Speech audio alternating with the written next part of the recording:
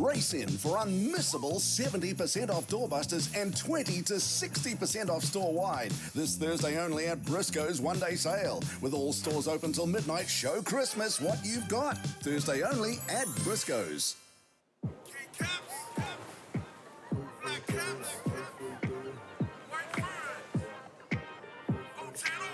Let's go! Get your hands up, lift your fams up. Peoples of the world and villages want stand up. Rep your town, boy, rep your city. King time, break it down to the nitty gritty. You better be ready from city to city. I'm knocking. Tell me where you from, let's get this party poppin'. What a cats! Let's hit some of the pop, my people!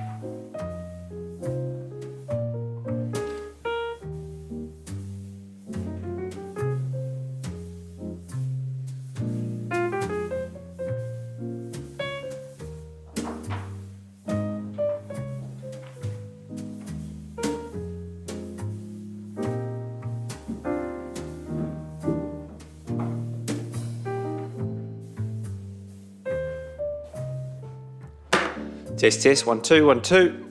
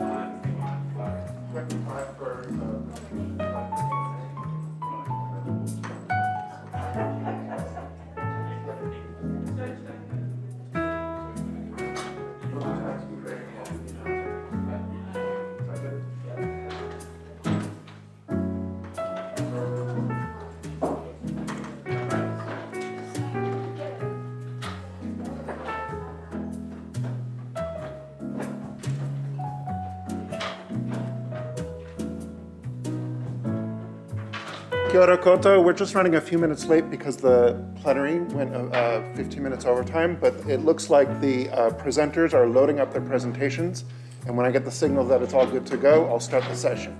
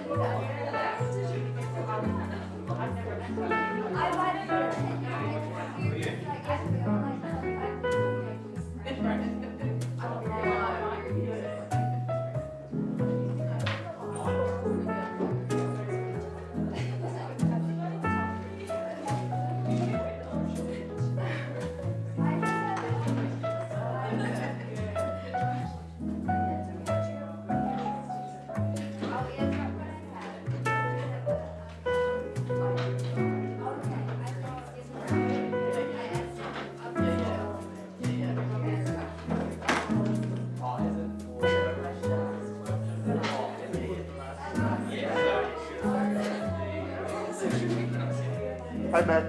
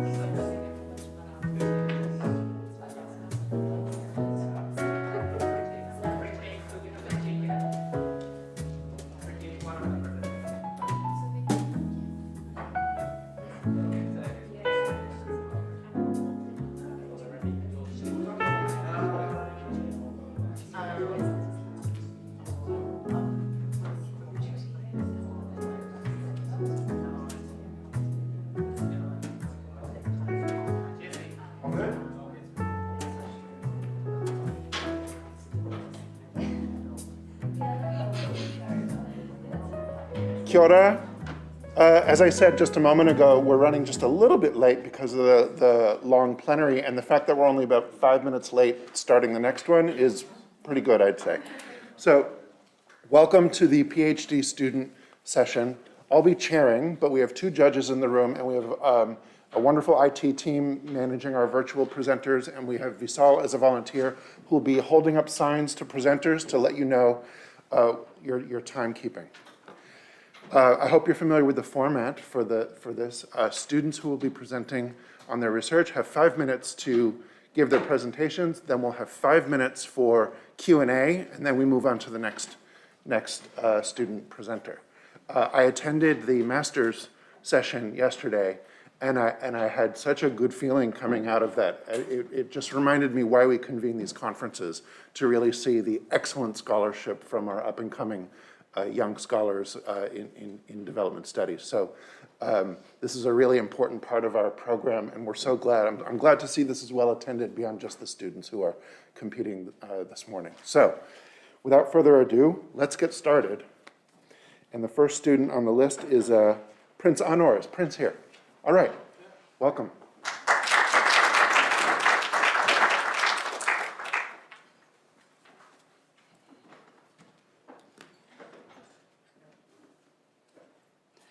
Yeah, thank you very much. Yeah, I'm Prince Anor, PhD student from Lincoln University, and my research topic is impact of global gap standards on net earnings of small-scale pineapple farmers in Ghana.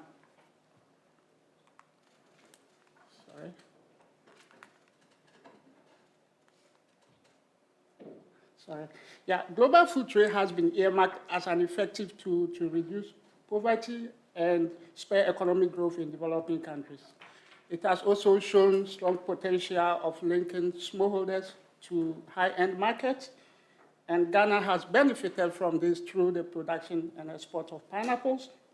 Pineapple by far is the largest fruit and vegetable export product from Ghana and accounts for nearly 40% of non-traditional export, where smallholders make up a significant share of production. Food safety has been a major concern as incidents of food contamination have increased alongside trade in high-value food in recent times.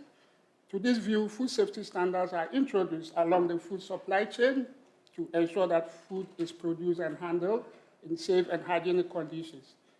Notable among them is Global Good Agricultural Practice, in short, Global GAP, which is by far the most widely voluntary food safety standards implemented in the fresh fruit industry. Global GAP has been effective in improving food safety and has grown to become a prerequisite for accessing export markets. However, adoption rate has been low among smallholders, contributing to a decline in smallholder participation and declining pineapple export performance in Ghana. The diffusion rate of Global GAP adoption has also been low, hovering around 20% since its inception in 2007, a decade and a half ago.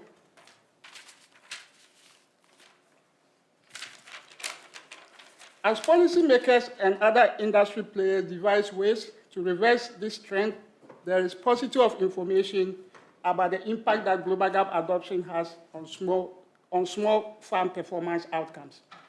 Consequently, policymakers and other stakeholders are indifferent as to which smallholders are most likely to respond positively to interventions aimed at promoting adoption. To bridge the information gap, this study set out to estimate the impact of Global GAP adoption on smallholder incomes. The outcome of the study provides policy recommendations to improve smallholder Global GAP adoption in Ghana, with potential for such recommendations to be relevant in other developing countries who are interested in the export-oriented production. We relied mainly on primary data to investigate our research problem, and a multi-stage sampling technique was employed to select 546 households for analysis. Data was collected through a field survey using a structured questionnaire, and we employed a two-stage least square instrumental variable technique to estimate the income effect of adoption. And we also used a standard regression model to check the robustness of our results. We found that on average, Global GAP adoption significantly reduced net income with respect to the underlying model that we use, the IV regressions. And then, we also found that with the robustness results, that one to reduce net income. However, we found extension service and pineapple area under cultivation to increase net income. At farm size greater than 1 hectare, we found that adoption began to increase net income for small-scale farmers, and it was consistent with the robustness results. Global GAP adoption reduced net income for farmers growing less than 1 hectare of pineapples. So we conclude that, or we recommend that for positive intervention results, interventions that are targeted to promote Global GAP adoption should target farmers who cultivate more than 1 hectare of pineapples. Thank you very much. Okay, we have 5 minutes for questions if anyone would like to ask Prince any questions. Can you leave the slide with the conclusions, please? Yeah.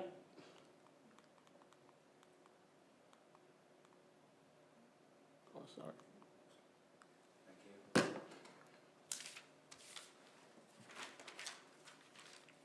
Yeah. That would be my question. Gerard from Massey University. Prince, what do you think explains the difference between the small holders, like less than 1 hectare, and the larger ones when it comes to income effectiveness? Yeah, thank you very much. That's a good question. Global GAP adoption, when we look at the cost component of Global GAP adoption, is made up of variable cost and then fixed cost. But we found that unlike other technology adoption, global gap adoption really have significant share of fixed cost. You know, fixed cost has a direct relationship with farm size. And, you know, my categorization of farmers was based on farm size. So if you farm below 1 hectare, then you are small scale. If you farm above 5 hectares, then you are large scale. So based on that relationship, that's why for the very small farmers, the net income was very negative because of their farm size. Yeah. Thank you. Just a question, I didn't see, was there any difference between male and female-headed households? Yes, in fact, this is a PhD study, and I just needed to present within 5 minutes. Yes, so there are a lot of things I couldn't talk about here. In fact, with the descriptive statistics, we have, yes, we have the male and we have the females.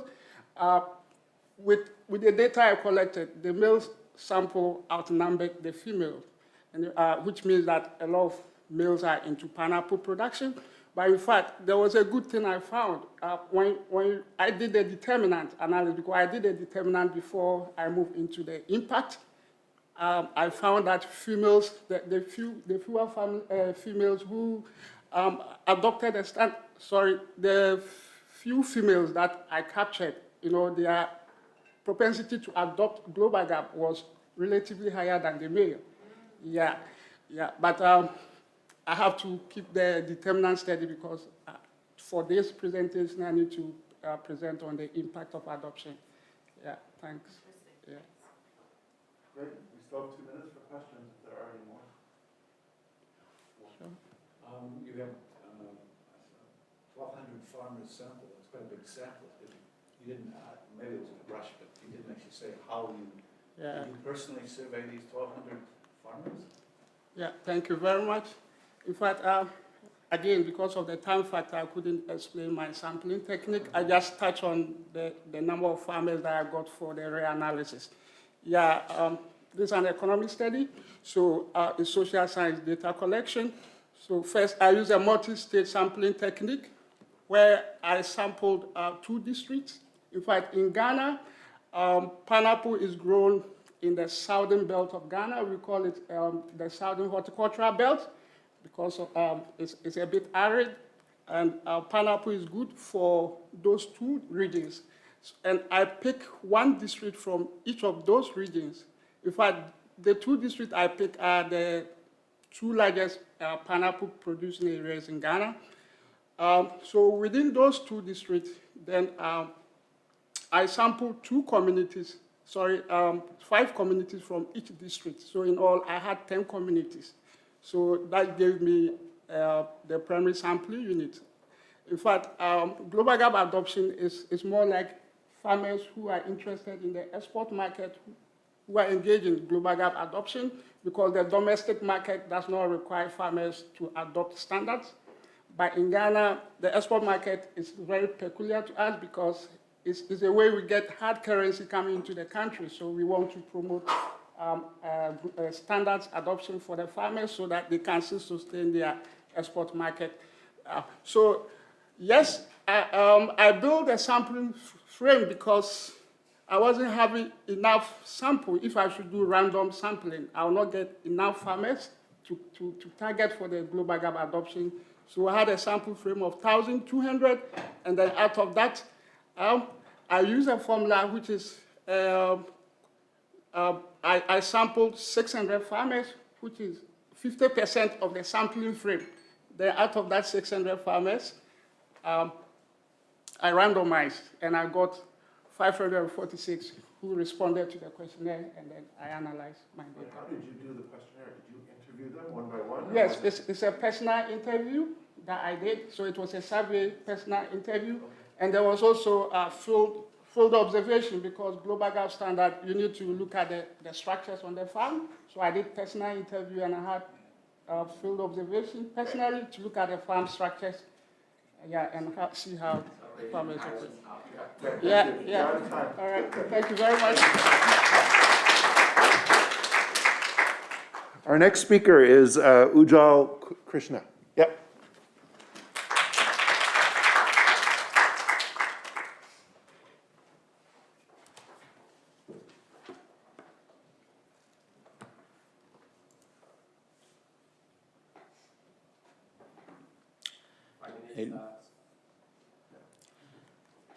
Okay, so I'm an embedded PhD researcher with the Developmental Leadership Program, DLP, which is an international research partnership which focuses on the role of leadership, power, and politics in development. An embedded PhD researcher is what happens when a program wants to save as much money as possible on M&E as possible. And being cheap labor that I am as a PhD student, my job of being a critical friend to the program throughout its current phase is actually quite simple. My thesis focuses on the extent to which research influences development policy and programming. I look at the links between research and policy uptake and the factors that influence decision-making processes in donor agencies, particularly the Australian Department of Foreign Affairs and Trade, DFAT. I've been doing interviews and focus group discussions with people in DFAT as well as people outside DFAT who are trying to influence DFAT through research. Collecting observational data on our engagement as DLP with DFAT, and considering other experiences of research to policy uptake as well. One of the interviewees told me that the definition of research is broader for a policymaker than it is for an academic, and that research can have quite a negative connotation in that it doesn't feel applied. It doesn't seem like something useful. So while research can be commissioned and produced in many different forms and captured by a large bureaucracy such as DFAT in different ways, what is important is that the consumption of research depends on the ability and capacity of both producers of research as well as internal champions and knowledge brokers within the system who can help contextualize and translate this research to ensure its relevance across different parts of a large beast such as DFAT. Now, Dan Honig and Nilima Gulrajani are two scholars who've written a great deal on authorizing environments and organizational culture and how important those are to large donor agencies such as DFAT. And an interesting observation on the culture within DFAT when it comes to research and generally about career progression for bureaucrats was that it's a really individualized culture, absolutely cutthroat. You get ahead by serving your master, not necessarily by coming up with new ideas.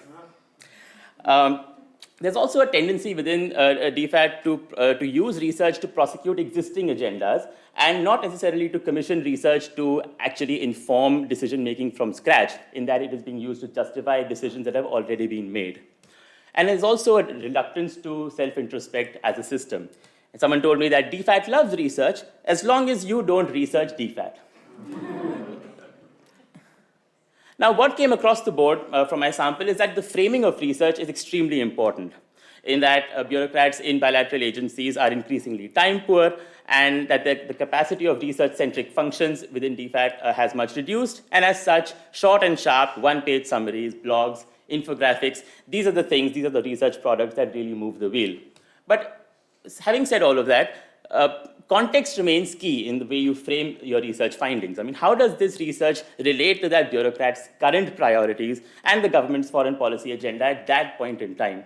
That's what makes a difference. But at the same time, influence and legitimacy are important as well, in that there is a strong sway of prominent actors and institutions and ideas advocated by US and UK-based academics and an exclusive set of think tanks and a coterie of people in Canberra, in Washington, in London tend to have far more, much more disproportionate sway on thinking and ideas within DFAT than locally grounded expertise, which can either be ignored altogether, or if it is received by DFAT, it tends to be filtered through a Western lens and gets muddied in the process.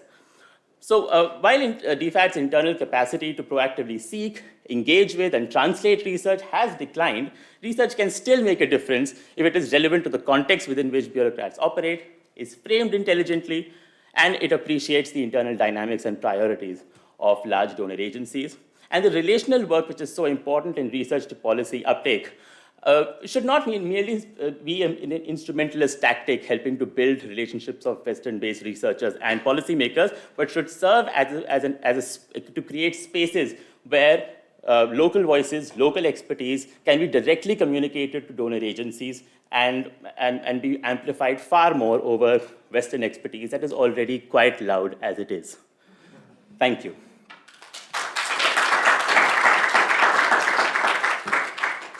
Excellent, like 10 seconds to spare. We have 5 minutes for questions. Yes. No. Use your timekeeper. Oh, sorry. Hi, Richard. That was really awesome, very interesting. I guess just sort of following on from your general theme about research may or may not, be able to influence policy. I just wondered where you see your research findings go to next. How are you kind of planning to disseminate your findings, and in what sphere? What do you hope will come out of it? Yeah, thank you. And I think what I'm hoping is that some of the publications which come out of this, as well as forums such as these, where people from MFAT, from DFAT might be listening, is that, and to be fair, I found that DFAT is generally open to criticism. It's not completely sort of, it doesn't balk at the idea of being criticized. But, and perhaps some of the forums such as these might help to sort of move the wheel a little bit. DFAT has certain, problems in the sense that it doesn't have a centralized knowledge management system. In that, there's so much work that DFAT programs have created in terms of research, in terms of evaluations. But if someone sitting at a desk or a post in DFAT really wants to access and tap into that knowledge, there isn't really a way they can really do that without relying on people's existing, existing experience, or asking people who've been involved in that program. So that's a problem, and I think that is being acknowledged by people within the system, and there is sort of a desire, at least, to move in that direction. But hopefully, that's what will happen eventually. Thanks.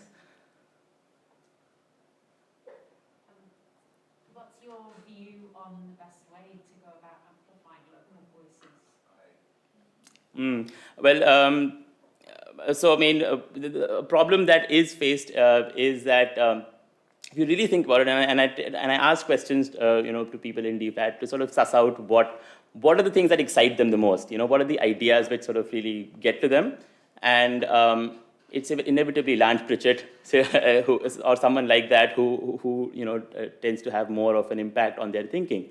And there is a desire, and I must say, so localization isn't just a buzzword. There is a genuine desire to sort of move in the direction where you want to hear more, they want to hear more local voices, but there doesn't really exist any mechanism for that to happen. So what tends to happen is that, say, ANU will have a large research program, and PIs will be sort of based at ANU, and ANU is the Australian National University in Canberra.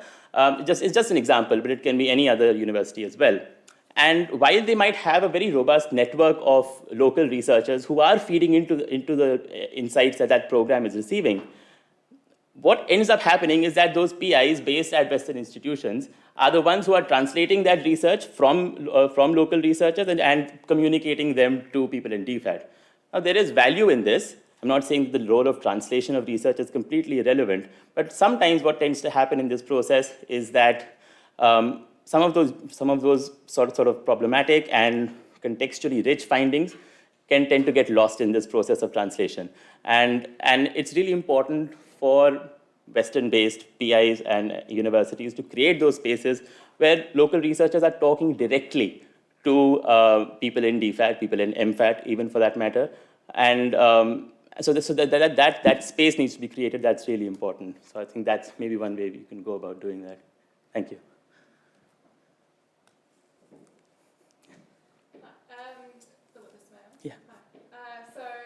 One thing that DFAT did try to do to solve this research problem is they originally had a research department, but it was very siloed, as you can imagine. And so what then they decided to do is actually put research people throughout all of DFAT to try and embed research throughout all the different areas. Did you see evidence of that working, or did it not work? Did it make it worse? And there are cycles to this, right? So, for instance, now when that happened, and then it moved to thematic teams. For instance, governance, social protection, they had their own researchers and research units. Then there was a move in the middle of the Morrison years where the Office of the Chief Economist was created, which was, then there was an intent to centralize data and research functions across the board. And now with labor back, that seems to have fallen by the wayside. So this desire to centralize research and then again decentralize it is a cyclical process that keeps on happening. But in that process, what tends to get missed is that there isn't much learning from what has happened in the past, what went wrong. It seems like a completely new cycle of things happening all over again, completely uninformed by previous experiences. So yeah, definitely, and I agree with you, some of these experiments have been quite novel, but they haven't really lasted the course. So yeah, thank you. Excellent, thank you so much. Wonderful, moving along, next on the agenda, Kiko? Yep, please come on down.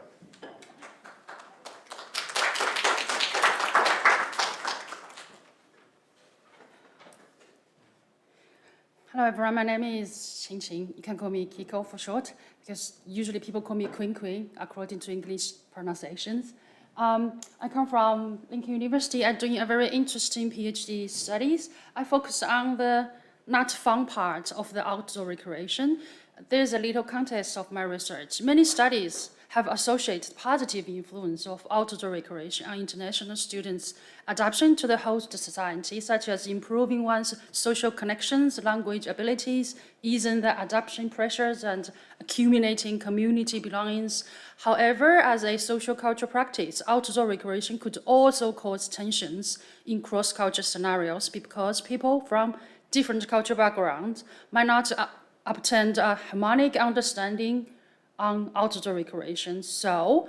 But they need to maintain the functional in the host society. So international students need to address these tensions with proper response regarding their outdoor recreation participation. So that's what I want to find out. I interviewed, because I'm a quantitative research supporter, so I interviewed 25 Chinese international students and follow up with their WeChat and going back and forth. My main idea is that I interview their experience to find the ideational differences. Then I ask them about their participations to see how they maneuver over the situation. And I compare the two data to find out the interaction between one's cultural background and the situational conditions. Because usually we have a separate research perspective. One thought we are cultural coherent behavior, and the other focus more on how the host society should treat us to help us. So I only talk one, because there are 5 minutes. I'm not complaining. It's about the different participation based on the understanding of outdoor settings. There are their impression. It's not a specific towards New Zealand or Kiwi outdoor recreation. It is a very general idea regarding the Chinese people viewing the Western countries. You can ask your Chinese friend. We thought it's a pretty rivers, pretty mountains, but also pretty boring. Why boring? That's the question. There is a quote from my fellow PhD student. And he said he understands the beautiful of the physical existence, but I have a fatigue towards nature here. I did some hikings, but after many times, and people ask him again, invite him to do, so he feel quite confused. So this quote says, I then asked the friend, what's the differences between these mountains? They couldn't tell, they're just the nature views. If it's in China, our ancestors have left many cultural heritages. Anyway, this is a context to show you what the difference is. If you have chance to go to China, to see the suburb, to see the nature-based place, you can see this is the agriculture landscape, which shows the indigenous idea to save the water. So when you're raining, you just dripping down. And this is a traditional architecture, and this one is from Tibet. It is a religious chanting. It's like a praying. So that's our nature. So to the international students, the culture they experience here is like wild, but their original cultural background is more inhabitant. So they have produce this self-reflection on the situational logic. So here, outdoor recreation is more about adventure, physical, yes, okay. Over the culture, and the recreation more than outdoor. This is an issue because their behavior become more focused on the social, mental, physical benefit of recreational activities rather than the land. So outdoor become simplified as a venue, and the cultural meaning of land was degraded. Their research told us our attitude towards the environment will affect our action towards it. So when you try to try to ask the visitors to be responsible to the environment without letting them know what's behind the land, why people care about their land here so much. Actually, there are many, many resources we can to understand. The outdoor in New Zealand, from the Kiwi perspective, they have unique bio-environment related to a te Māori, a spiritual world, and also a human rights about access in the public. Okay. Anyway, and then identity. So we need to find a way to, there is some takeaways. But not the takeaways, the resource, you can understand it's actually quite a cultural enriched place. It's not boring at all. Thank you.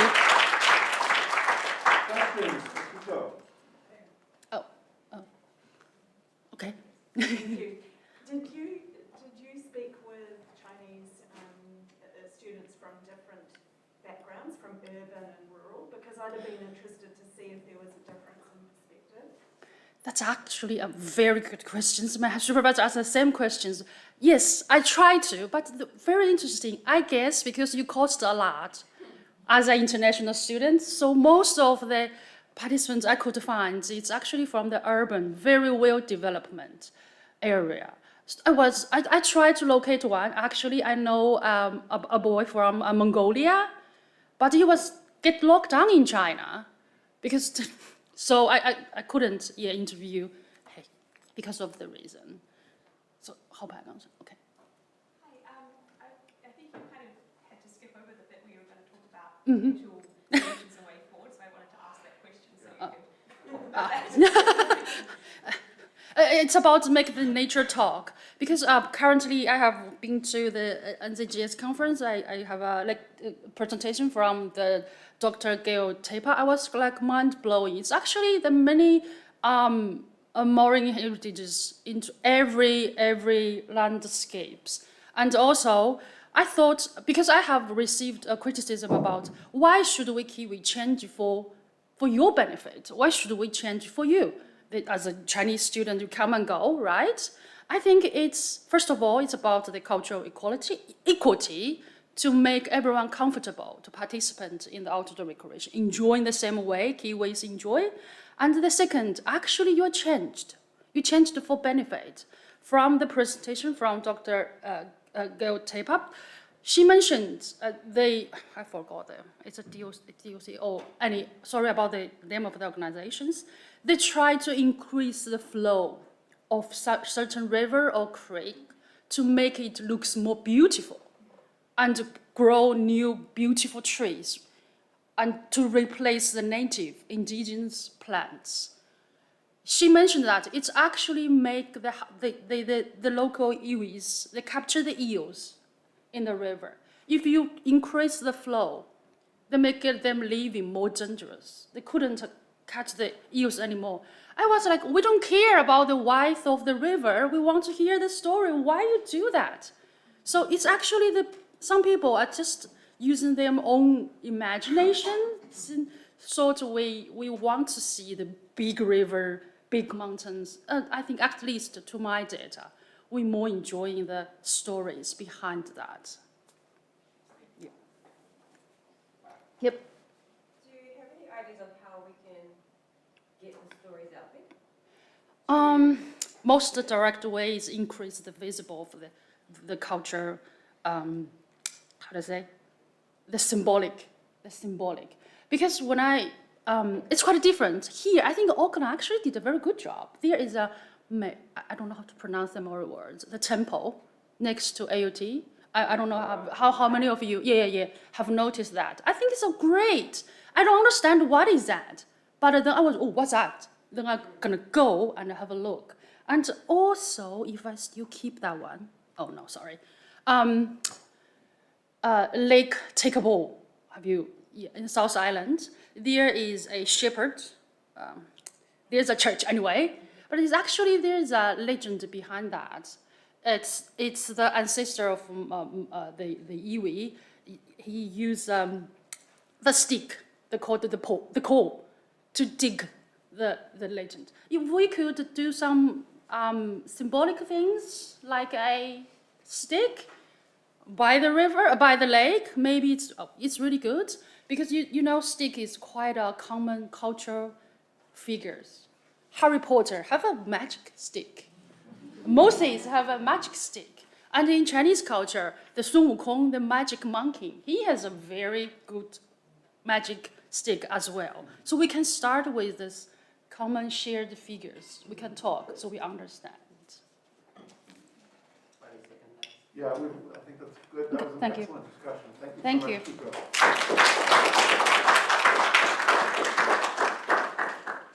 Next, we've got Jennifer McKellar. Hi, Jennifer. Come on down.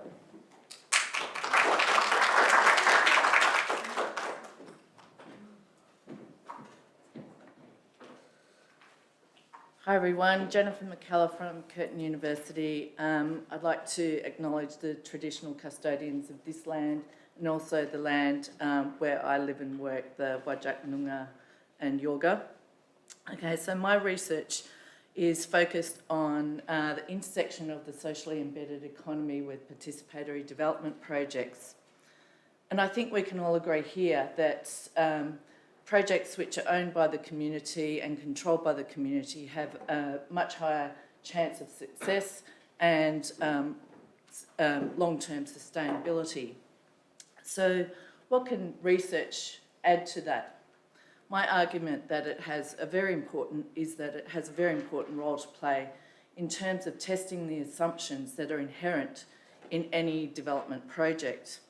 And I'll go through that in a case study presentation of a village savings and loan scheme in Eastern Highlands Province, Papua New Guinea.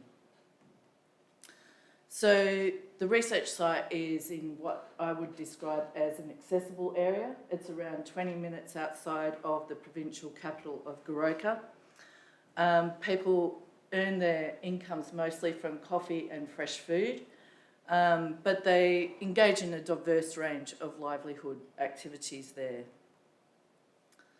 So this scheme has been operating successfully in Africa and India for quite a long time. It's been in PNG about 6 years, and the normative objectives of this project are to financially empower communities, and in particular women, through the establishment of community-based savings and loan schemes. So I don't want people to walk away thinking that this is not a successful project. It is. The community loves it, and the community leader has an active role in going out to other communities and establishing other facilities there. But given the brevity of time, I'm just going to go through some of the key assumptions that were tested. Firstly, you would assume that benefits, although they may not accrue equally across the community, you wouldn't expect people to be left significantly worse off. Secondly, that outcomes would be the same regardless of market conditions. Thirdly, that the credit would be used as seed capital for businesses and enabling that financial empowerment. And finally, that decision-making would within the community would align to those normative objectives. So findings. Well, what I found is that in some cases, more vulnerable participants were left worse off. This was exacerbated by market conditions, and I was able to observe that through the COVID period. Next, the 3-month lending cycle, which is a feature of the design of the savings and loan scheme, really is too short for the establishment of new businesses. It's probably more suitable for established businesses as a line of credit. And that decision-making, surprise, surprise, was aligned more closely to the social objectives of the community. So what were some of these social drivers?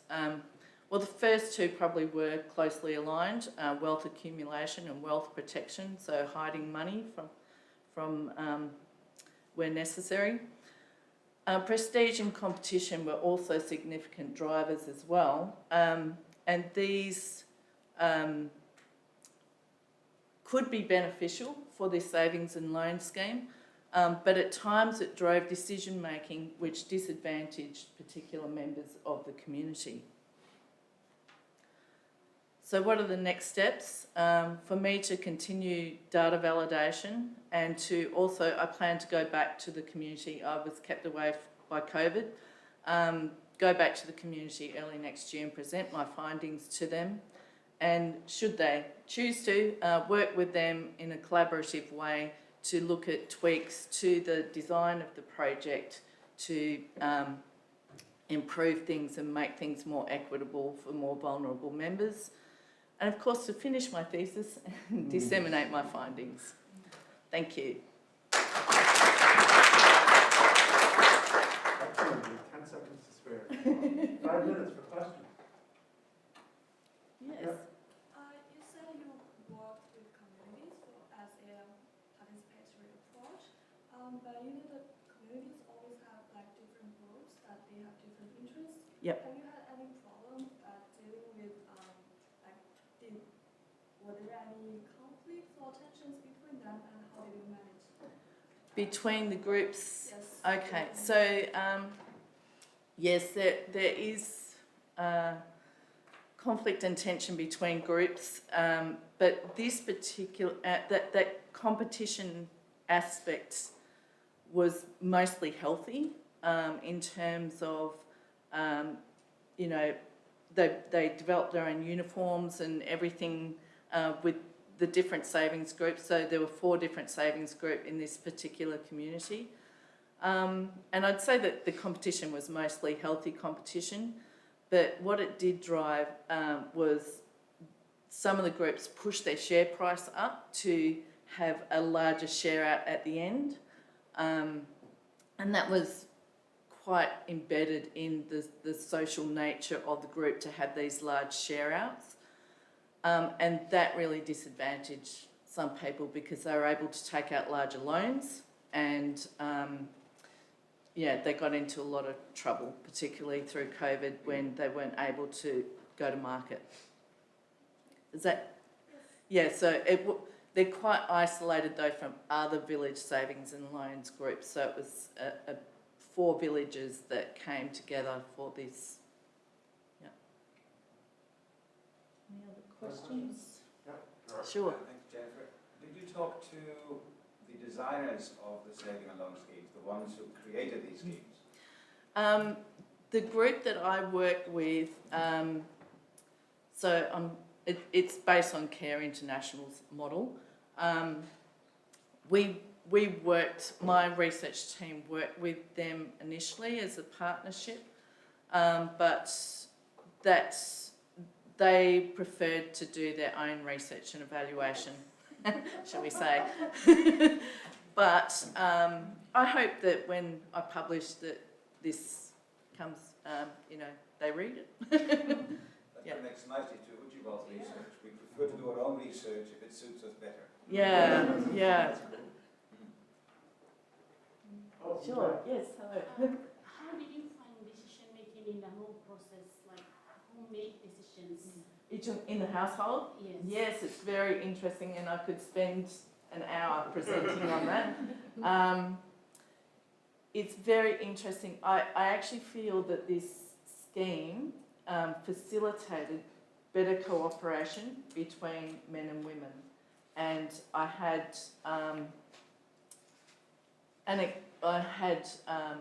quotes from men who said that as a part of this, they understood that women had an important role to play in terms of contributing to the household decision making. It was interesting that particularly younger men, I think, were taking that on board. Yes, but so I think it really positively contributed there, but yeah, it was interesting. interesting.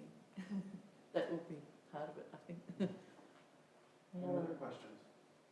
Still about a minute. If not, we can save a minute and move on. Yeah, yeah. Thank you so much. I keep stepping up here so that I get close to the mic here. Next on our list is Maggie.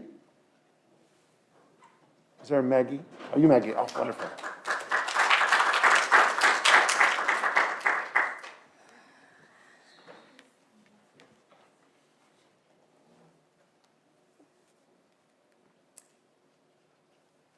Thank you, everyone. My name is Maggie, and I'm from Lincoln University. I will appreciate much of the feedback I can get from all of you to inform part of my ongoing work in my PhD.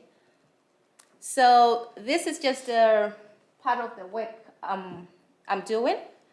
I'm using mixed methods, but I'll present the qualitative part of it that I've done.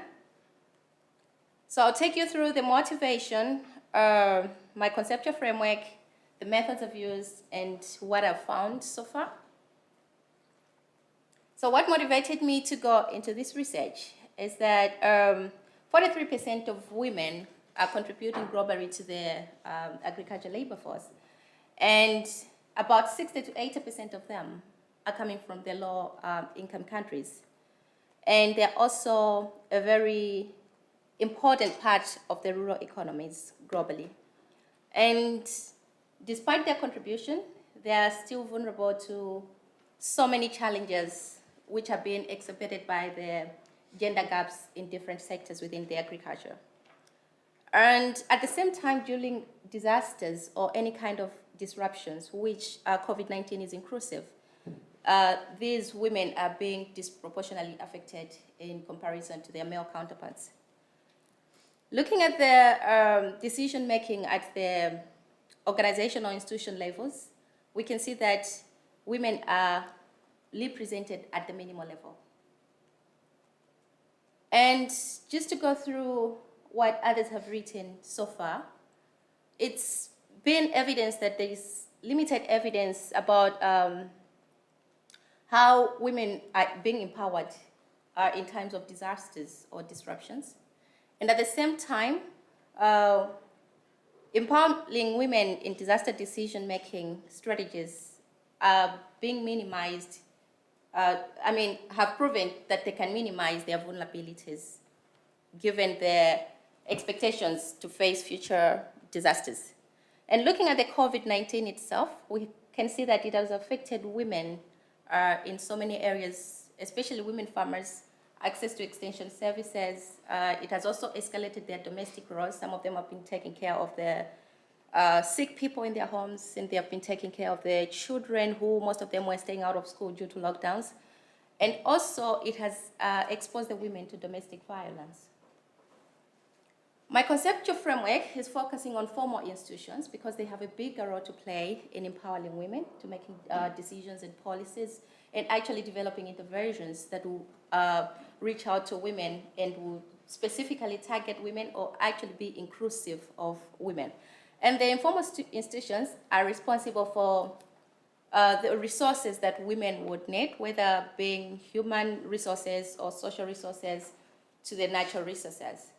And coming in of the disruptions or the disasters, it's proven that it's affecting women's decision-making from an individual point of view to the collective point of view, and that's actually affecting their empowerment levels. So the study was done in Malawi, where the population is about 18 million. Agriculture is the main economic backbone, and it ranks very low on the development index. That tells us a lot about the poverty levels. Just to give you a context, women in Malawi, they have high rates of domestic violence experiences. There are unequal social hierarchies in terms of access and control of resources. And at the same time, they're very vulnerable to so many things facing them. So I did key informants interviews with 32 stakeholders. First of all, I did an institutional mapping where I listed all the number of organizations involved in agriculture. Then I identified one gender focal point from one institution who recommended then other people working in the agriculture sector who are involved in gender to refer who I can talk to. And this is just the distribution of the participants. And these are the organizations that were represented. And my findings, we can see that Malawi has institutional policy fragmentations, as evidenced by what some of the quotes that people have told me during their interviews. And also, we have political interference, and there is poor targeting of development projects. And also, there is distorted extension services, which is actually also affecting the empowerment of women. And there is also a lack of institutional plan for empowering women. And in conclusion, I would say that empowerment is very contextual, and it needs a multidimensional contextualized approach. And COVID-19 has impaired progress in achieving the SDGs, which SDG number 5 is one of them. Thank you.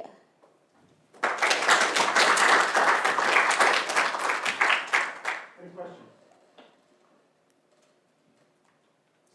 Sorry, can you go back to the slide of your last findings, yeah. Conclusions? This one, yeah. Sorry.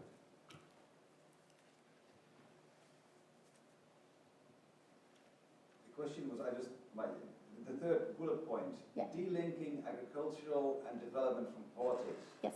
That's a big statement. On the one hand, you said we need institutions and policy making, formal framework, because that matters to reducing inequalities. And here you say you want to de-link them.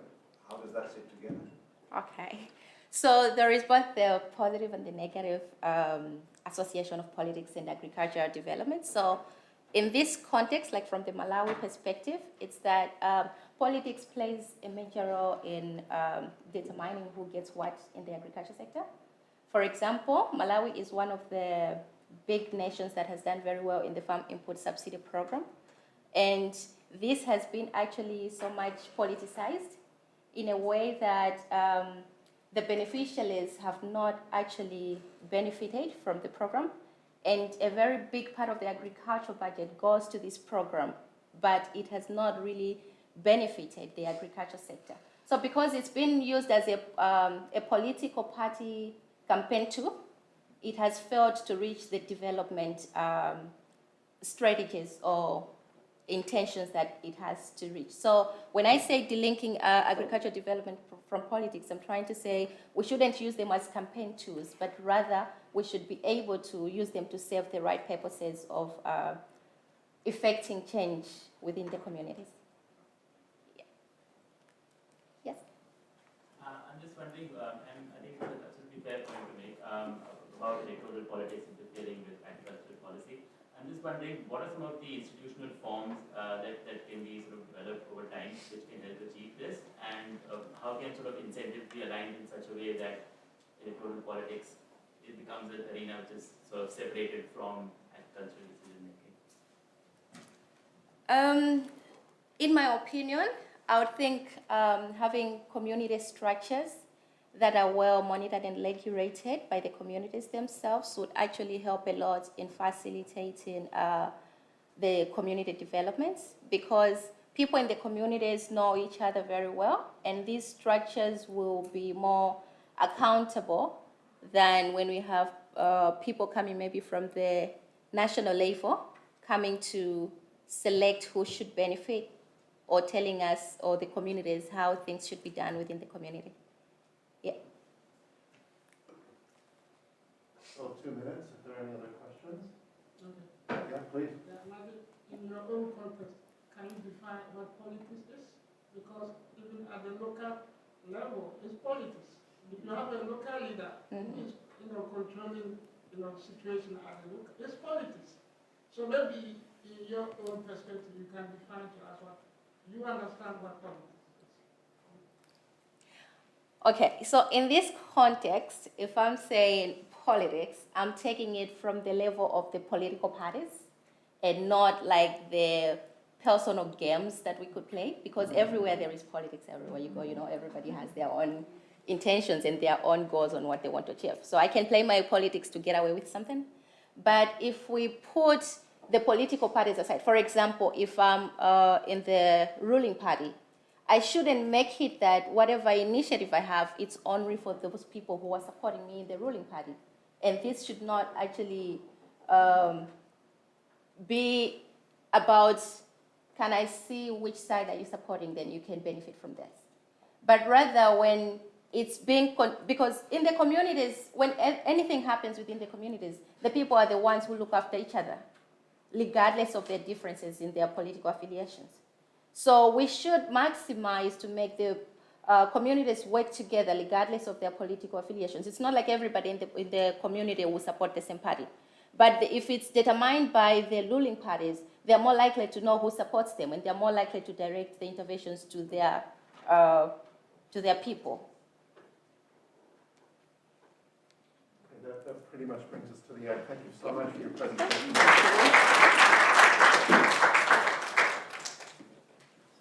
Next on the agenda is Preeti. Was she not here?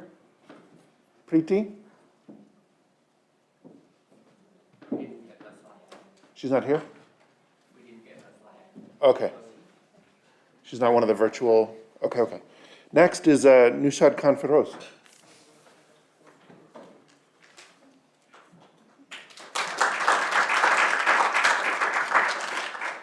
Come on down.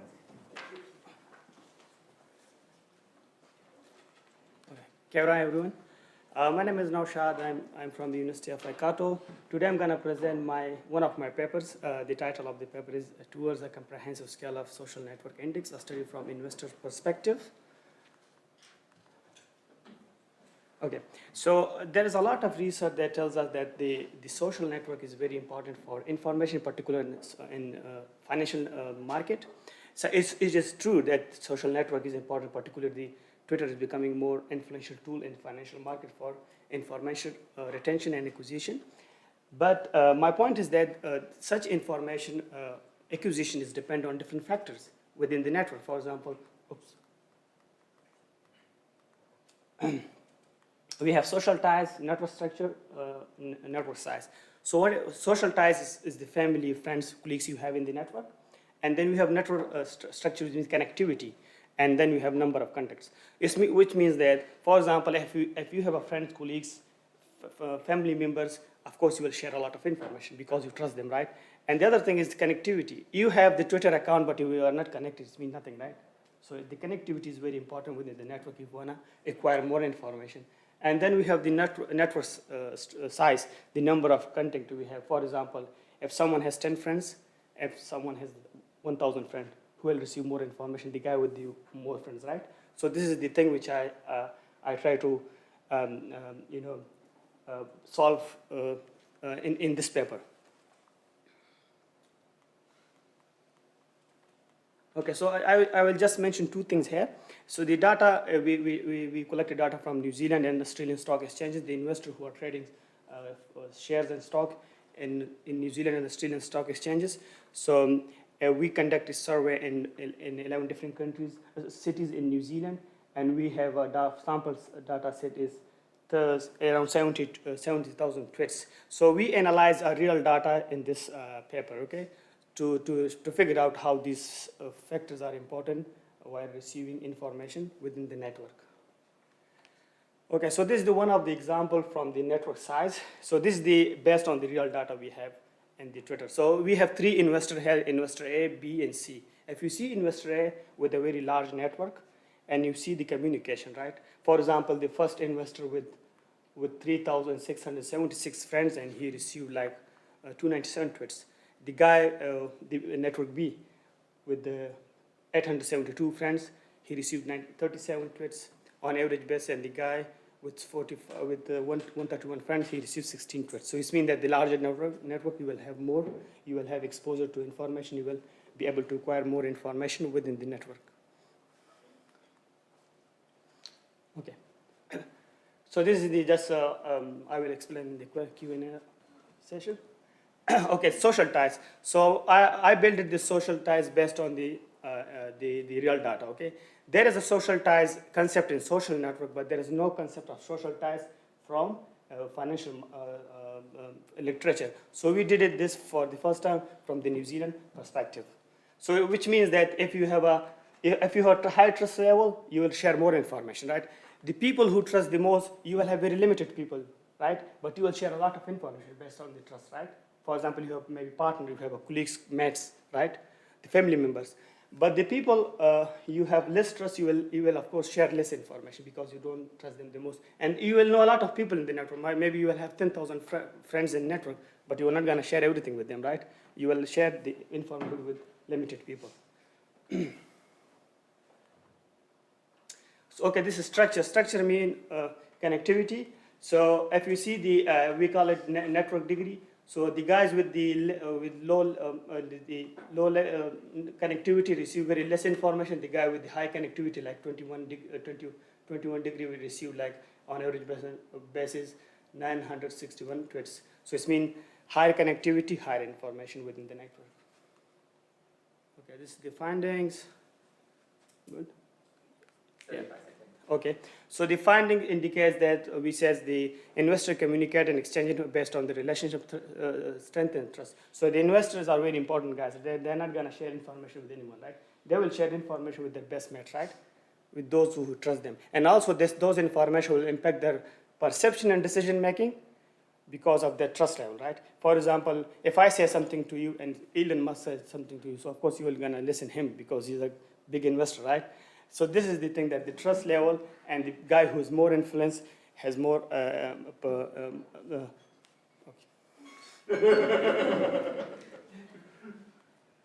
Yeah. Any questions? So we've got 5 minutes for questions. Yeah.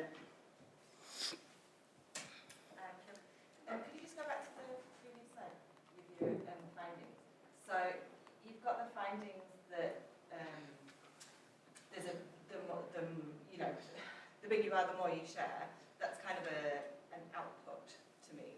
What's the outcome of that information being shared? Is the information being acted on and used, and does that have a relationship with the sort of size of following of the investor? Yeah. So what we did, like, so this is this finding is from the network structure size. Sorry. So we had like 200 investors. So the investor with like very limited friends, so they receive very limited information, right?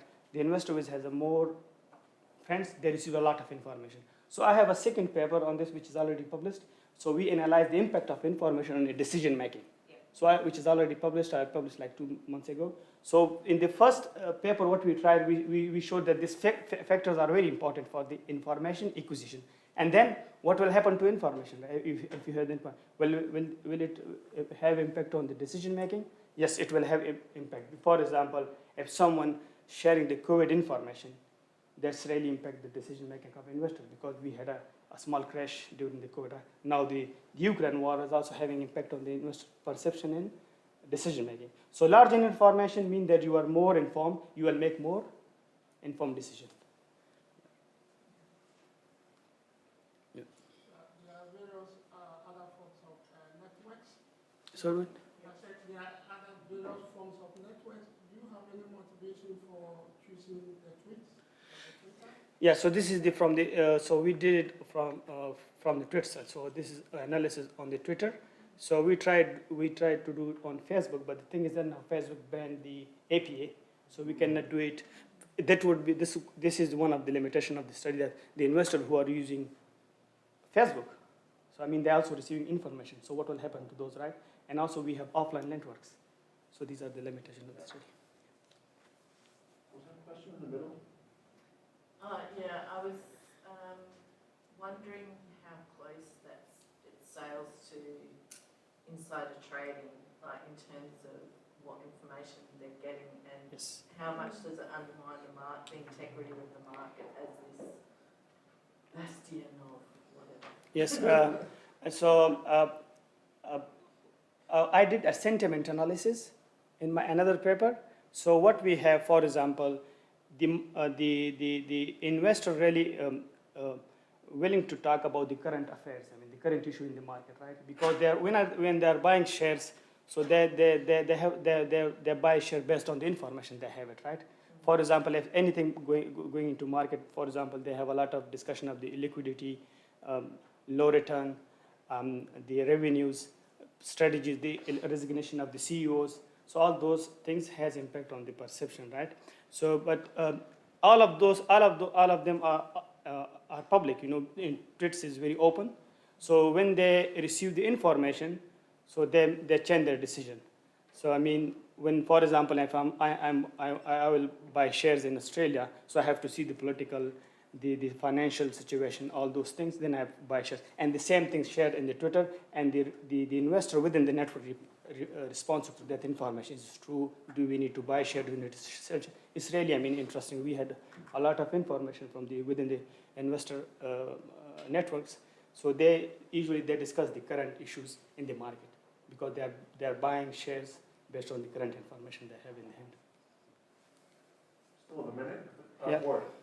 In terms of your data based on Twitter tweets, yeah.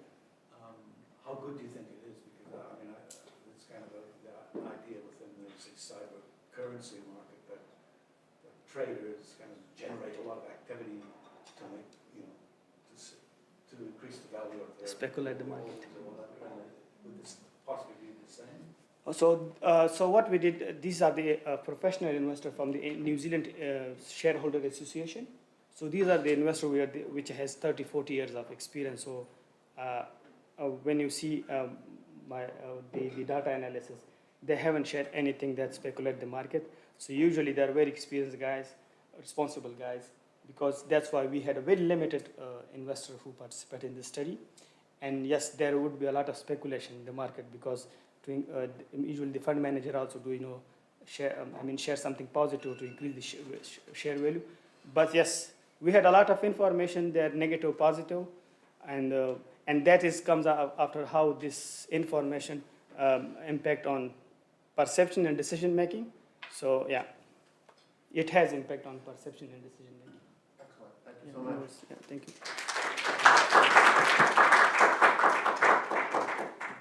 We're making good time.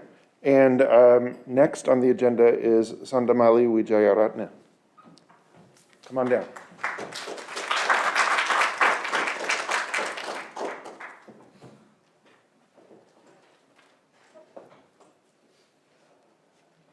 Hi, good morning everyone. I'm Sandamali. I'm a PhD student at University of Waikato working under Dr. Garciasen and Professor Mark Holmes. Basically, my PhD studies goes with the SDG 7, that is clean energy. Today, I'm going to present one of the policy papers. It's just a byproduct of our main study. Right, energy. Once you hear the word energy, I'm pretty sure that all of you are aware of it, because as humans, we all are using energy for our daily lives. We use energy for cooking, lighting, heating, appliances uses, and many of the other things. Just imagine a single hour or single minute or the 1 second. Can you stay without energy? Yes or no? We can't believe. But do you know there are billions of people who are experiencing more than 13 hours power cut per day in their lives? And there are billions of people waiting in a long miles queue for kerosene, LPG, as well as for petrol and diesel for 2-3 days or without eating or sleeping. This is the real situation currently experiencing in my country, Sri Lanka.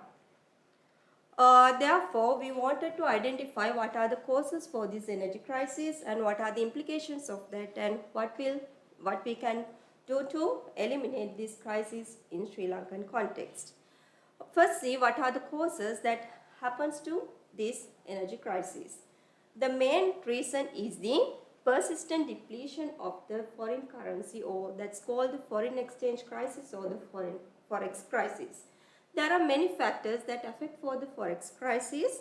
Basically, the first one is the drop in tourism income. The tourism income was dropped significantly because of the 3 factors. First, in 2019, Sri Lanka had to experience a terrorist attack in main churches and the luxury hotels. As a result, within 2 months, the tourist income dropped by 85%. So this was further worsens with the COVID-19, and tourist income dropped again by the 52%. And as well as the Ukraine-Russia was again worsens this one because the main tourist income we got from the Russia. And also, as a result of the COVID-19, there is a huge drop in remittance income because remittance income is the largest source of foreign exchange earning in Sri Lanka.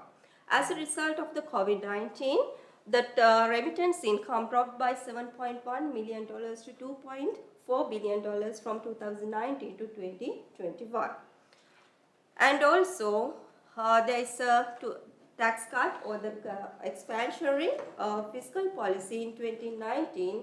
As a result of this one, the Sri Lanka lost 2% of the GDP and 1 million taxpayers, which will affect to the budget deficit, huge budget deficit, and then it affect to the balance of account deficit.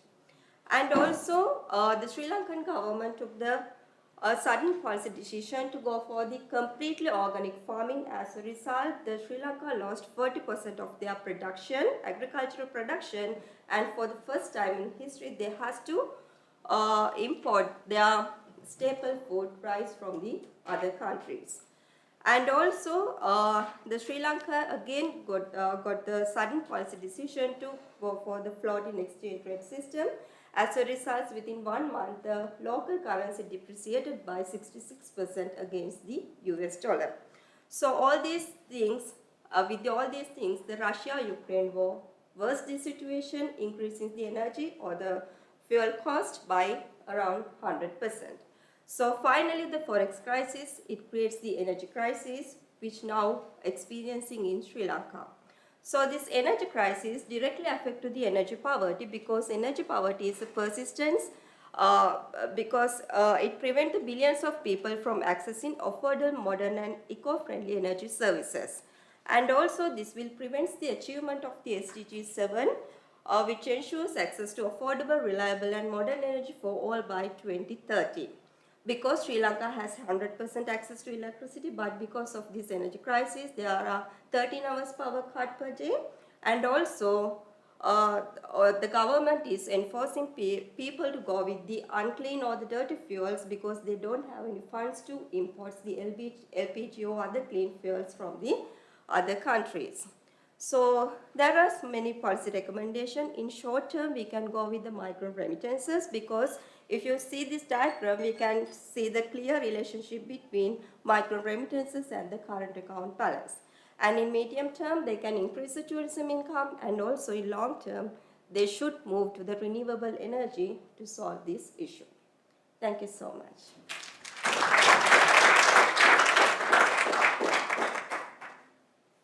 Questions? Can you go back to the last slide, please? Do you have a data of where the remittance come from, like which country? Basically, like the major remittance come from the Middle East countries because of the COVID-19. Most of them lost their job. Then they had to come back to the Sri Lanka. So as a result, the remittance income dropped by around 52% from the last 2 years. Yes. Yeah. Is this part of a PhD? So basically, this is a byproduct. Actually, I did the SDG 7, the energy poverty, and how it relates to the remittances. So in that situation, the Sri Lankan situation comes with very worst with the energy crisis. Therefore, we decided to do a small policy paper regarding that. Okay, so yes. mostly secondary data. Yes. Yes, we use the household and income expenditure survey for the last 10 years. Then we analyze how micro remittance affect to the energy poverty and the clean energy. Yeah. That was a really great snapshot of all the different sort of contributing factors to the shock that Sri Lanka is facing at the moment. Yes. I picked up on one of those points, which was the organic farming decision. It was quite an abrupt and slightly strange decision for the government to make at that time. I'm wondering if you could speak a bit more to that and what were the sort of motivating factors behind that? Because like Sri Lanka, for the agricultural product, they are using more chemical product. As a result, there were many health issues facing with the kidney issues like that. So that means they are overusing the chemicals. Therefore, the government, the president who came to the power, his one of the promise for the people is to go in for chemical to organic farming. But the decision he made at that moment, that was not good, because it's with the COVID-19 and everything, it will goes back the opposite direction. So the first time the Sri Lanka had to import the rice from the other countries, so it made another issue with the current account balance. From my understanding, seems like the energy challenges were there before the COVID. Yes, there were, because 68% of the Sri Lankans still using dirty fuels for cooking, like fuel wood, crop residuals and other things without LPG. But now in the situation it's going backward, because now I don't know the correct one, but more than 80-90% now again using the dirty fuels without using the clean fuels. So they had some forward moving to achieve the SDG 7, but now again it has, yes. But I just wanted to understand, like, since the energy challenges were already there before COVID happened, were there any initiatives or any incentives that the government of Sri Lanka had put in place, maybe to kind of like cut back or improve the situation? Yes, so the main target is to go for the renewable energy, because Sri Lanka is more abundant with the solar and the wind power. But the discussion is still in progress, but the implementation is quite late. That's the issue. Within the current situation in Sri Lanka, how do you envision Sri Lanka moving towards more renewable energy, and what kind of renewable energy? Yes, as I told you earlier, Sri Lanka is more abundant with solar and the wind power. They are able to go for that because 18.1% of the import expenses is totally goes for the fuel. Therefore, if they go with the renewable energy, then they can save that amount. So the like solving the energy crisis mean it will solve most of the forex crisis and every other crisis we have. But all these projects are now in the initial stage of the discussion, so it will take more time to implement, because getting renewable energy, so converting from dirty to renewable, it will take time. So at that period, we don't know what will happen to the country, because the immediate action should be there to solve the humans' issues. Yep. Okay, I think we're just about out of time. Thank you so much. Thank for your you.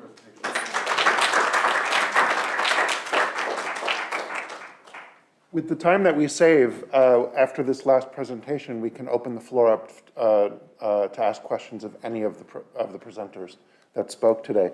I've got one more name on the list here. Finji, are you here?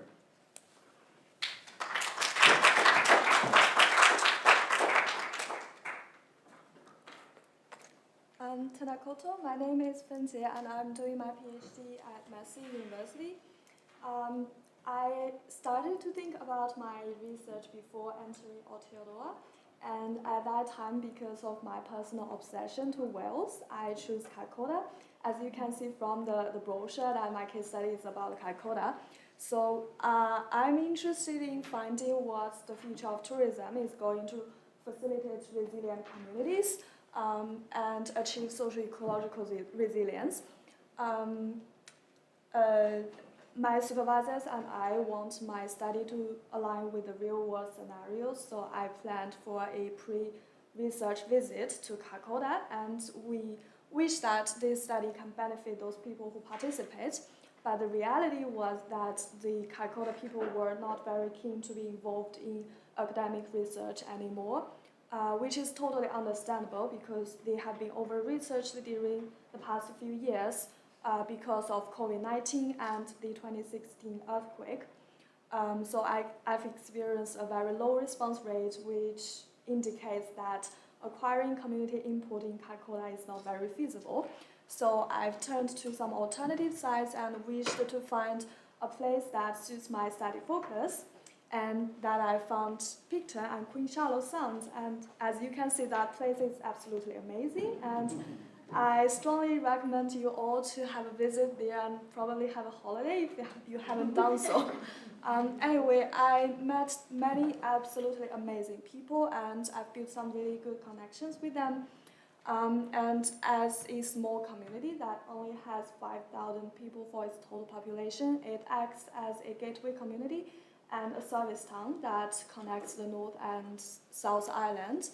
And the Maori iwi there has really amazing culture and history, and they also have strong spiritual connection and stewardship to the nature and wildlife.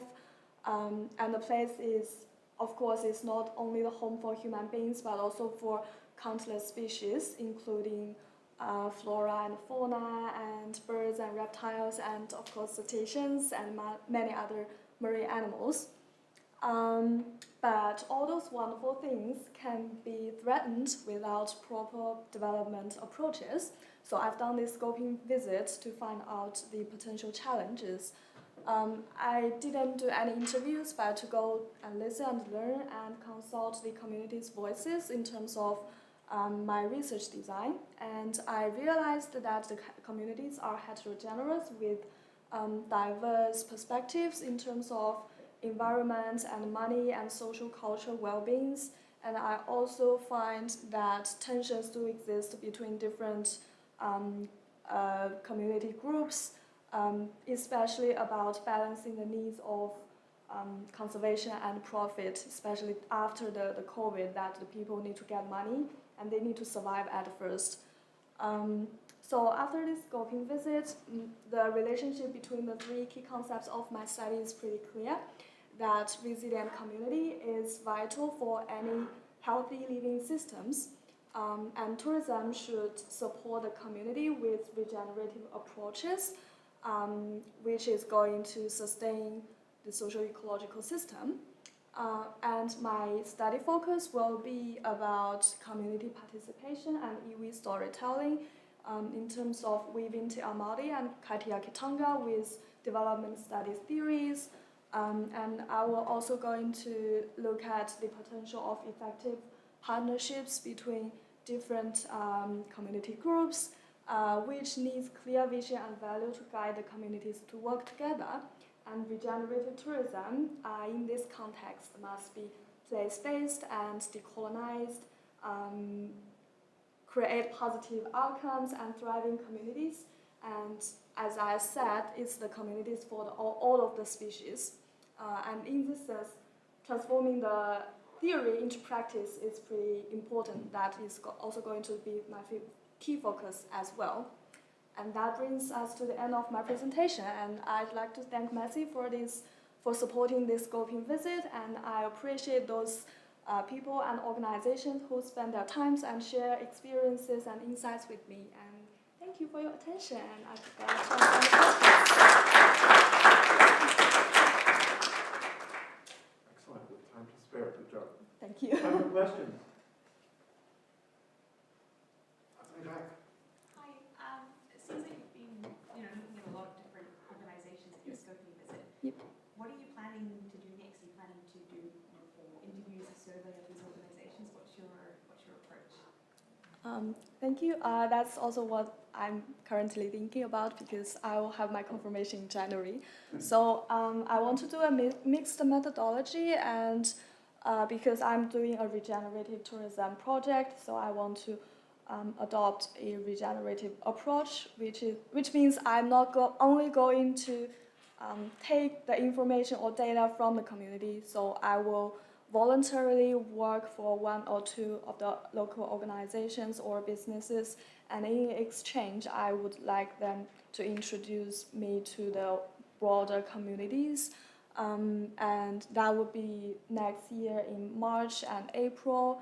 And during that time, I will design a community survey that spread to the people in the town. And after that, I will analyze the survey data, and based on the outcomes, I would do semi-structured interviews, ideally around the end of next year. That's what I plan to do. Thank you for that presentation, and I think it was really interesting that you were looking at regenerative tourism. Now, mindful of the fact that in development studies, some of the conventional view among, at least in academic spheres, is almost recoiling at the thought of tourism and its effects on development. And you mentioned that there were sort of diverse perspectives from the conversations you had with different communities, and then there were tensions among groups as well. Yeah. I'm wondering whether any of them were sort of opposed to the idea of tourism in their respective locations and communities altogether, or was it a more nuanced and complex picture than that? Very good question.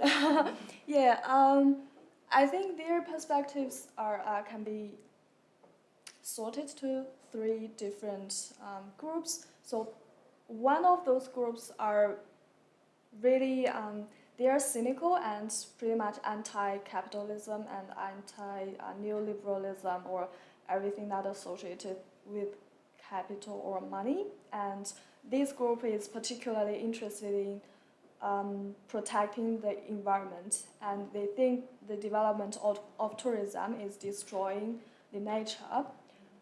So that's why we are promoting for a regenerative tourism potential, which is not only going to minimize the negative impacts, but we want to leave the place better.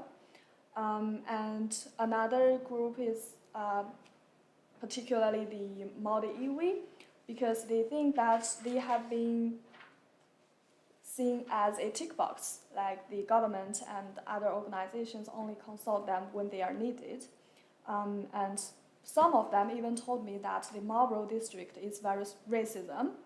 And the third group is, I would say they are the general people, like surviving in the first place, and during the last 3 years there were no tourism, no money, so they want tourism to come back, and they do not care if it's sustainable tourism or regenerative tourism or capitalism or anything. So that's, yeah. Some of us don't really understand, okay, some of us don't have good background in tourism in terms of the theoretical perspective. What is regenerative tourism, and can you give us a typical example of what it is and what makes it different from other types of tourism? Yeah, thank you for asking that, because defining regenerative tourism is also going to be one of the objectives of my research. Yeah. Well, according to my understanding, regenerative tourism, it will be about regeneration. Like, we need to leave the place better for the next generations.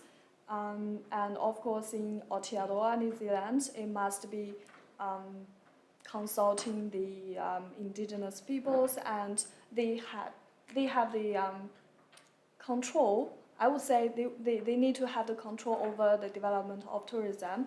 And some of the Māori, the Tiawa people also told me that they are interested in being engaged in tourism, but they want to keep their communities first. So regenerative tourism is not going to be something like mass tourism that only benefits those big organizations or corporates, but they should sustain the communities first, and then we can see the potential for tourism. So if tourism is not going to benefiting the broader community, so there's no need for tourism. That's what my understanding is. Thank you so much. You're out of time for the Q&A. Oh, sorry. No, it's okay. We still have 25 minutes here. And I asked, we don't have a mobile mic, but do we have people logged in? One person watching online. No virtuals. That's probably me. Well, it just means you don't have to worry as much about the microphone. Yeah. So it's open question for all of these wonderful presentations we just saw.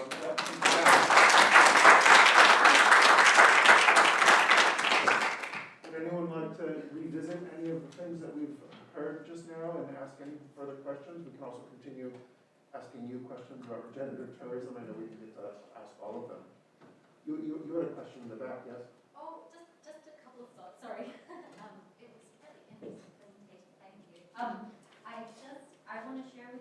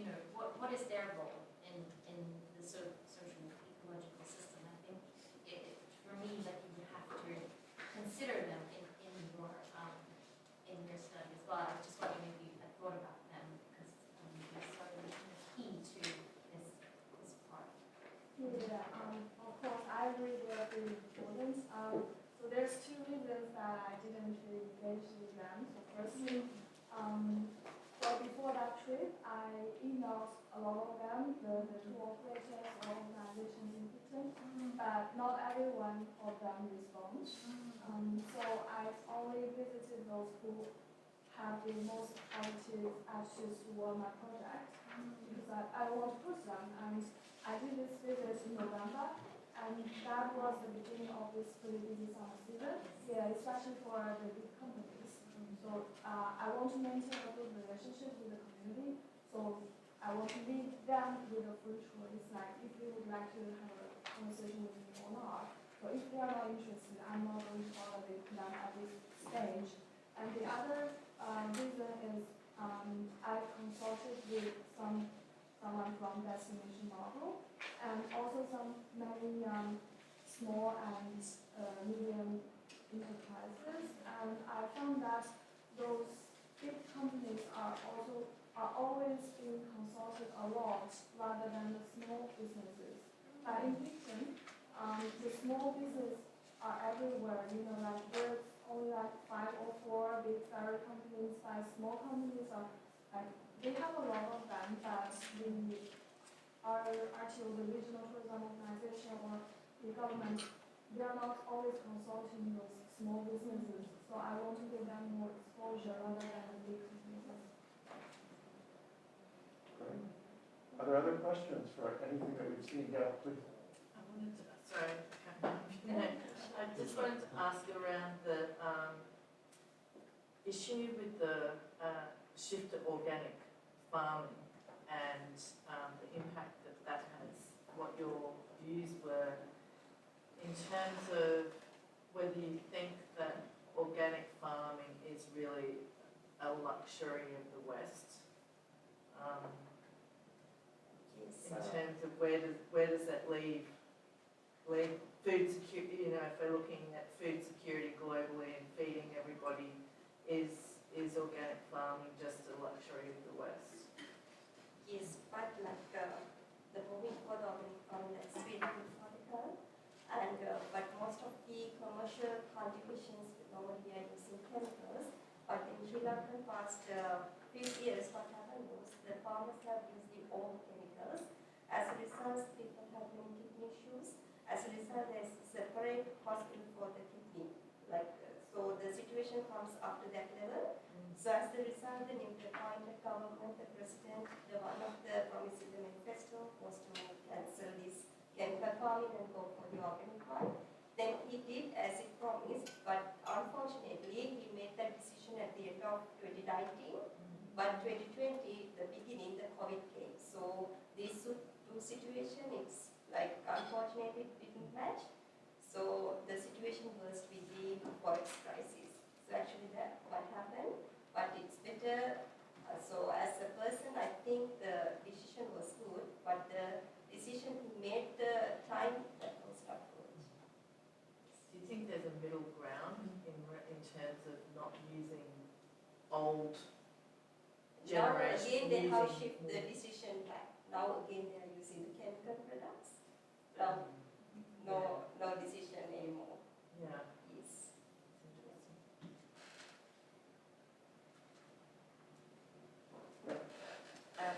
Ujwal, my name's Hannah from MFAT and I am a human being. That's what we're saying this week. And Bex and I suspect feel very seen by your research. And you mentioned that DFAT doesn't like it when you do research on them, but MFAT does, so that's correct. We're helping fund the conference. Yeah. Sorry to be I'm a consultant, so I'm not going to do stuff. Yeah, we support some level of conversation.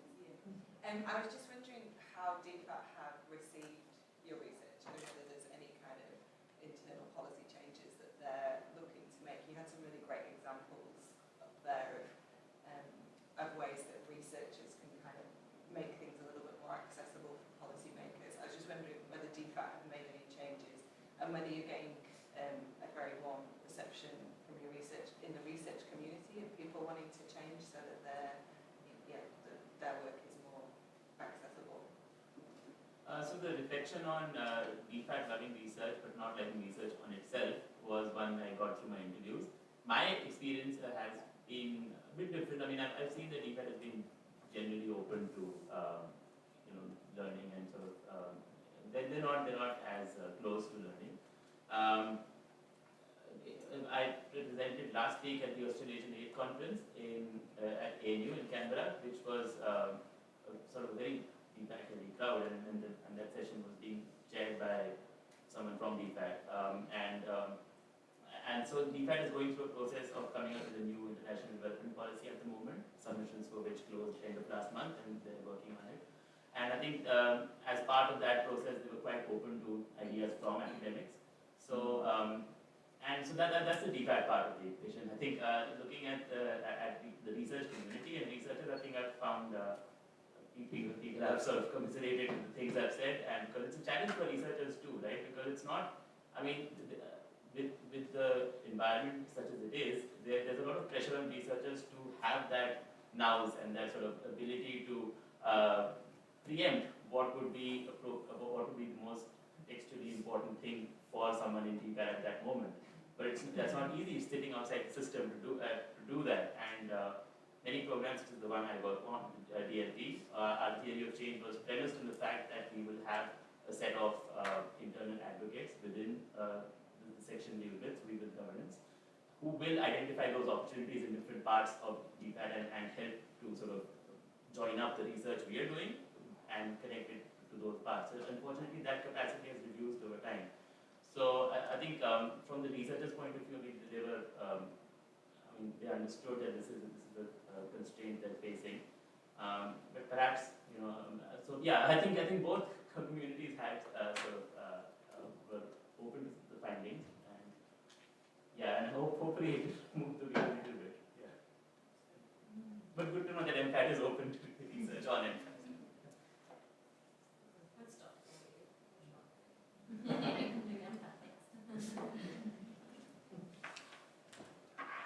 Another follow-up question.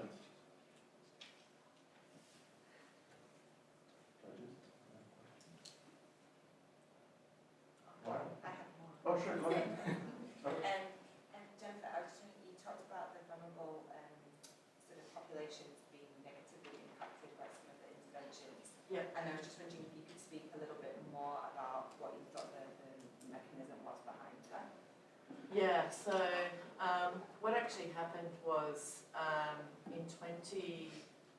so the program had been running for about 6 years, and they buy shares. It's a pretty common basis. So people buy shares in the savings group. They can buy up to 5 shares, and the share price is set by the group. So there's 4 groups in this community, 1 men's group and 3 women's group. And 2 of the groups, the women's A and the men's group, increased the share price in 2020 from 5 kina to 20 kina, really to drive that end share out, which, they have a huge ceremony around this. It's very kind of reminiscent of the old exchange ceremonies that they used to have. And when the share price is higher, they don't have to buy those shares. They can just buy 1, but they can also borrow. They can borrow up to 3 times the amount that they've saved. So they save a little bit, then they can draw down substantially more than they could in the past. And COVID hit, and people just ended up, with debts. So you had this mechanism. What I actually found, because I matched household data from household surveys with their lending and borrowing behaviour, and the people who were the best off in the community would buy all so they'd get a full complement of shares each week, and then the least vulnerable would maybe buy a few shares each week. The people who were best off wouldn't borrow very much. They might borrow a small loan just to be, seen to be participating. The interest rate was very high. The poorer people borrowed a lot more, and there was a wealth shift from the poor people to the people who were most well off. Because at the end of the cycle, the share out was based on the number of shares you had. People who defaulted on their loans had their shares cancelled to repay the debt, so they ended up with even less of a share out, and their interest was, being transferred to the more well-off participants. So that was really noticeable during the when COVID hit and people were unable to repay their loan, and so it was an interesting kind of mechanism. But thank you for your question. It's kind of, yeah. Okay. Oh, sorry. I didn't see that. Thank you.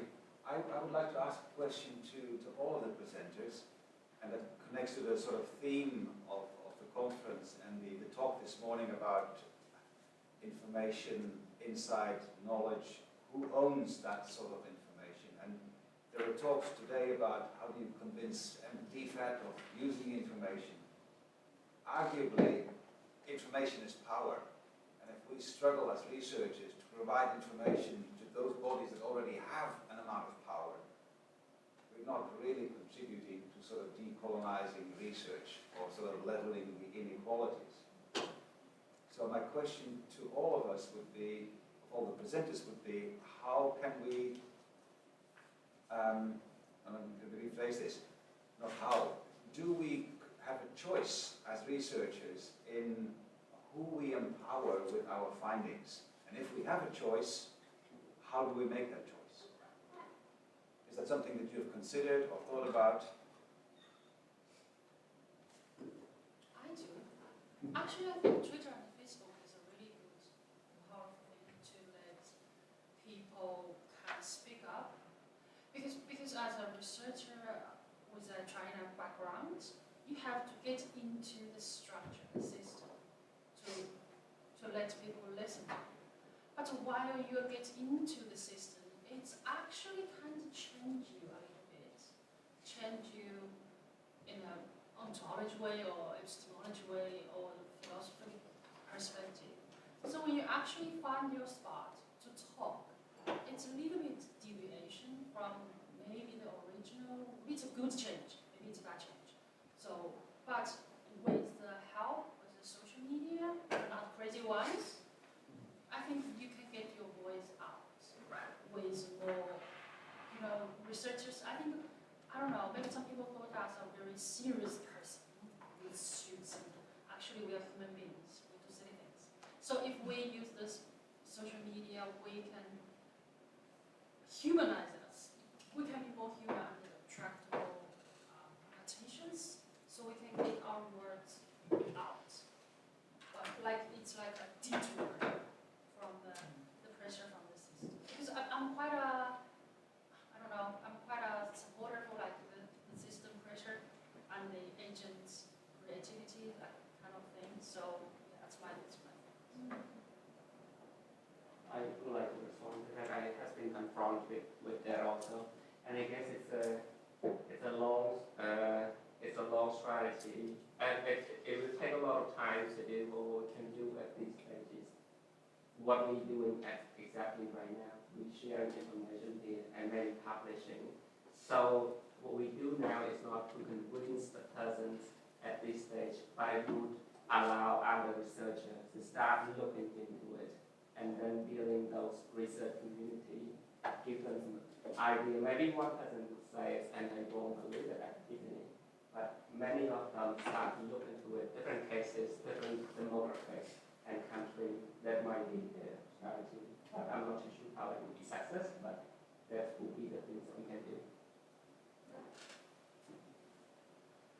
And I think most of the incentives going to the conference, most of these incentives have been going from the top-bottom approach, and we have kind of also ignored the bottom-up approach. So I think the best way would be to find an intersectionality between the top-bottom approach and the bottom-up approach, and then in that way, we will really know the needs and how everyone is thinking from the macro perspective to the micro perspective, like what will work and what might not work. So I think that it's time that researchers should start looking at those dynamics and how we can make the best combination of that to reach out, I mean, on all the levels. Yeah. I also am concerned that a lot of research is not open access. So until we have open source research, then research is protected and it's only accessible to people who can get into a university system. So if you're trying to broaden the reach of research to ensure that research is accessible to more people, also being more innovative about how research is shared, not just publishing articles. So using Facebook or social media, using other forms of and that speaks to the point that you're making is, from the bottom, not just coming from the top. Yeah, I was going to make exactly the same point. I think, and I would put that call out to everybody in the room. As students, I would like to encourage, if you're working with other organizations or partners, talk to them about what kind of outputs they would like in terms of sharing your knowledge. Just think about who can access that knowledge, and then talk to your supervisors if you're publishing, and that's also on the onus of people in the academy to think about if you're publishing, can we make this open source? Because, if you're in the academy, you can't access your knowledge that you're generating through research. So I think it's on all of us to think about who can access the knowledge that we're generating as researchers. From an institutional perspective, okay, I think universities, research institutions should also give opportunities to diverse groups of researchers from diverse ethnicities, because I believe that a local researching the local context and the local people would have a special understanding, okay, and especially when we're dealing with vulnerable people, okay, there are things they won't tell us, okay, but if we belong to that context, to that research setting, then they can open up more and therefore give voice to them. So there's a bit of a power angle there. I've actually written a paper based on my experience trying to get ethical approval from my university, AUT. They didn't approve certain aspects of my data collection, okay, but those aspects are important to my culture. I'm from the Philippines, I'm Filipino, and so it is more of that Western perspective of ethics that has been imposed upon the way I should collect my data. And I'm presenting this afternoon, so I'm going to share a bit of that. To preempt, but it's not part of my presentation, but when I collected my data, this was my experience. So anyway, thank you. Huh? Sorry? You just lost 1 minute from the presentation.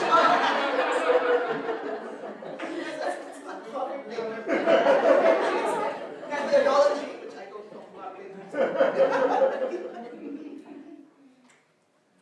Any other comments? Adding to that, the cultural differences. I once asked my supervisor said, why the universities didn't give money for the supervisors to travel around the world, make them more intercultural, They can do like research or just any type of, probably I'm sure other countries will welcome them really good. So the supervisors could be, sympathy and empathy. Because to me, I feel like when I talk about something that actually relates to a very serious culture, they would reflect like, it's interesting. Oh, it's interesting. It's like the first time I saw Auckland. Oh, wow, interesting. So it's not they shared sympathy, this feelings. Yes, so I think the universities should have given the supervisors money to travel around the world to experience. I wouldn't feel sorry for them. They do get quite a lot of money for research and conferencing and hopefully enlightenment in various places.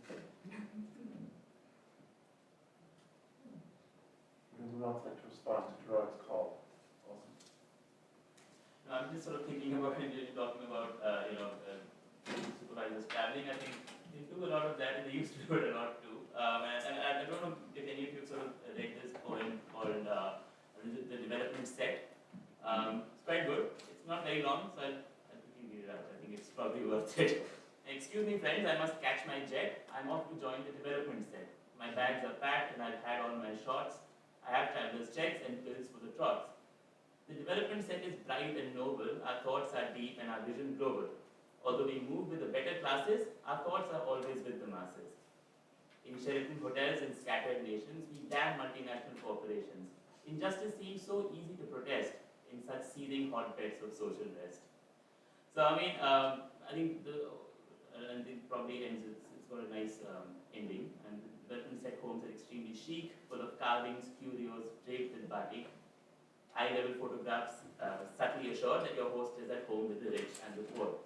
I think, and there are so many sort of structural problems I think that have come up through the conversations, like open access journals being one of them, and that impenetrable way that academic publishing is organized, research ethics having a hugely Western bias, and I mean your question sort of made me reflect on some things. I mean, and I think let me just sort of tie back to the social media point that was made. I think it's an important one.